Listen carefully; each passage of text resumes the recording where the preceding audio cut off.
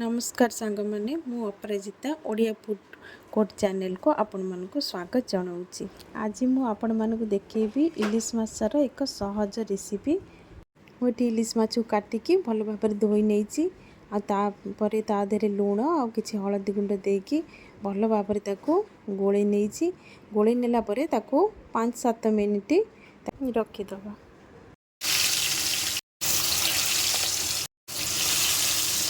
तापर सबू माछ गुड़ी को हल्का भाजी नबा। मन रखिए माछ गुड़ी को जमा बेसी कड़ा करके भाजबेनी खाली हल्का भाजबे यही भाया भाजबे। तापर मुझे एपटे मसला रेडी कर देइछि। मसला रे सोरिष कला जीरा कंचा लंका आ पोस्त अच्छी ताकू टिके गरम पानी रे मु रखी देइछि भिजै देइछि।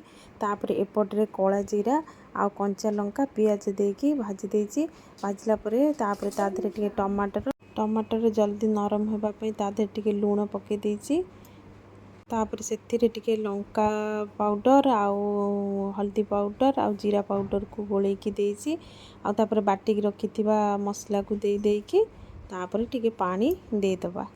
तापर अल्प टिके पानी देकी तापर ताको टिके भल भाव कषि दबा। कषि दे सारा परे तापर बेसिकी तादरे पानी देदबा। पानी देला परे पानी टिके जेमती फुटिबो तादरे सब माछ को देदबा। एपटे देखंतु माने पानीटा फुटी जाइछि माछ पके देइछि। तापर कंचा लंका किछि कंचा लंका को चिरिकी तापर देदबा। देखंतु एपटे तरकारीटा केते सुंदर देखा होउछि।